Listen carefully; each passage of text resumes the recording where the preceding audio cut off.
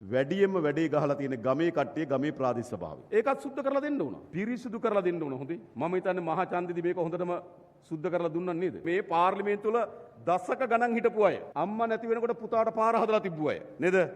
එහෙම පුතාලට නේද පාරවල් හදලා තිබ්බු ඔක්කොම ගෙදර සුද්ධ කරා. તો ජාතික ආණ්ඩුව දැන් ඒ පිරිසිදුභාවයේ තියෙනවා. ඒත් එහෙම්ෙන් එක්කෙනෙක් දෙනෙක් ඇවිල්ලා තියෙන කමක් නෑ අපි බලා ගන්න. ඔය බදුල්ලෙන් එහෙම දැන් එක්කෙනෙක් ආවනේ. දැන් බලා ගන්න හොඳේ.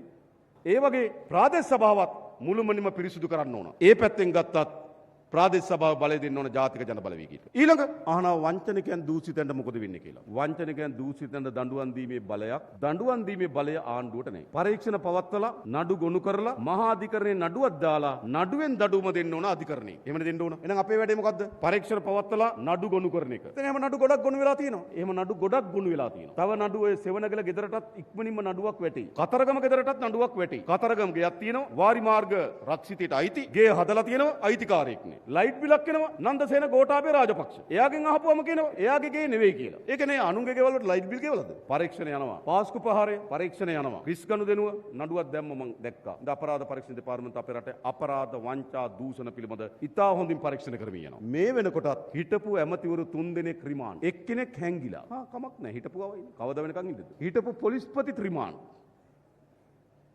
ලේසි නෑනේ. ඉතින් මොකද වෙලා තියෙන්නේ? බලය, තනතුරු, ධනය ගැන නොහිතා නීතිය ක්‍රියාත්මක කරන රටක් හදලා තියෙනවා. කාටත් නීතිය සමාන රටක් හදලා තියෙනවා. එඳ මේ වංචනිකයන් දූෂිතයන් පිළිබඳව නීතිය ඉදිරියේදී තවත් පරීක්ෂණ කරමින් ක්‍රියාත්මක වෙනවා. ඉතා ඉක්මනින් ඕගලට මාස දෙකක් එකමාරක් දෙකක් ඇතුළත ගොඩක් ප්‍රවෘත්ති හැදෙයි. අපේ මාධ්‍ය නාලිකාවලට ගොඩක් ප්‍රවෘත්ති තියෙයි. දැන් තියෙන අර විලාපේ ප්‍රවෘත්තිනේ. හවස 7 ප්‍රවෘත්ති බලනවා අඬනවා. විලාපේ ප්‍රවෘත්ති වෙනකොට රටේ ජනතාව බලාපොරොත්තු වෙන ප්‍රවෘත්ති වාර්තා වෙන්න පටන් ගන්නවා මතක තබා ගන්න. ඒ නිසා රට හොඳ දිශාවට හරවලා තියෙනවා. තීන්දුව తీරන අපි යහපත් ලෙස අරන් තියෙනවා. දැන් අපිට තියෙන මොකද්ද? මේ ගමන ශක්තිමත් ඉදිරියට ගෙන යාම සඳහා එළබෙන පළාත් පාලන මැතිවරණය මේ මාසේ 6 වෙනිදා. ජනාධිපති ඡන්දේ දුන්නාට වඩා වැඩි විශ්වාසයකින් වැඩි බලයක් අපිට මහා ඡන්දෙත් දුන්නා. අපිට විශාල බලාපොරොත්තු වෙනවා. මහා ඡන්දෙදි ලබා දුන්නාට වඩා වැඩි විශාල බලයක් මේ පළාත් පාලන මැතිවරණයේදී ලබා දෙනවා මේ රටේ ජනතාව.